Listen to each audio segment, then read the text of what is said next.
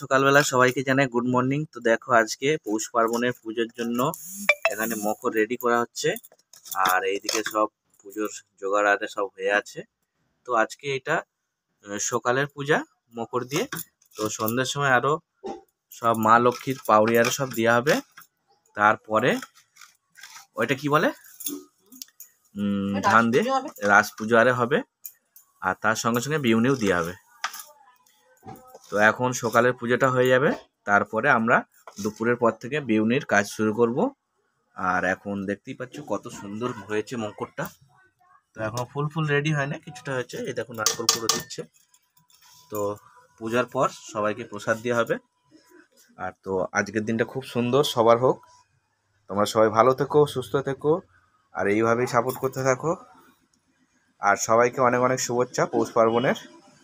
তো সবাই জমিয়ে পিঠে খেও। Tata, bye bye.